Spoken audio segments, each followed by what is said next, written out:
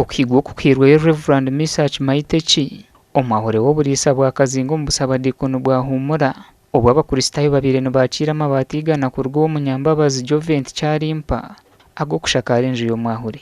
Bible netugambira omuri omburizi ngu wayera gotahikirize omishagarhanga noba wakora enshobe konka ni kirungi okeraga kandi okahikiriza okweraga kwawe ngwenu nkekanisa ya kazinga nkekanisa y'obureberezi bwa Rwenzori na humura kidikonari ntusima wishemwe Kyarimpa Joventa habo kweraga kandi akahikiriza okweraga kwe Kyarimpa kwezo kwiragaraganisa amabataga agekika kyavaza tayiro nkwegareta kandi gamazireho miliyoni 8 omusente za Uganda.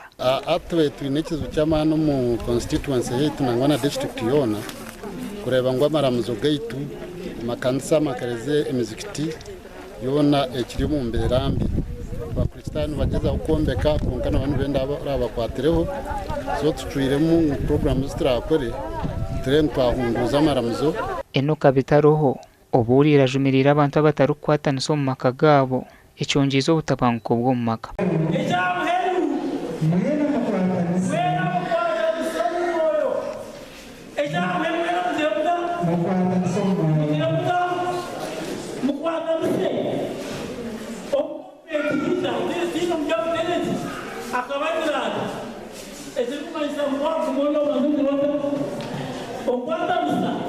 Abakristaayo basimire Kyarimpa habo kubaha amabati kandi Reverend amuhire shara.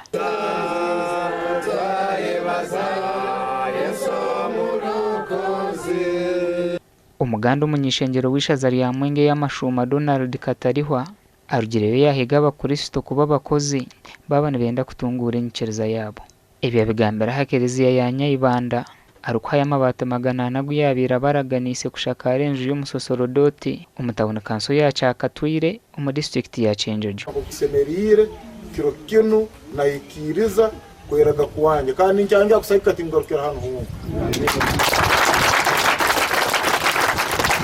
Bwanyuma yo kuhebwa amabataga Abakristo basimire kandi bayiraganiso kuba kuzakora namani kureba ngo umurimo gwa ruhanga gwaho.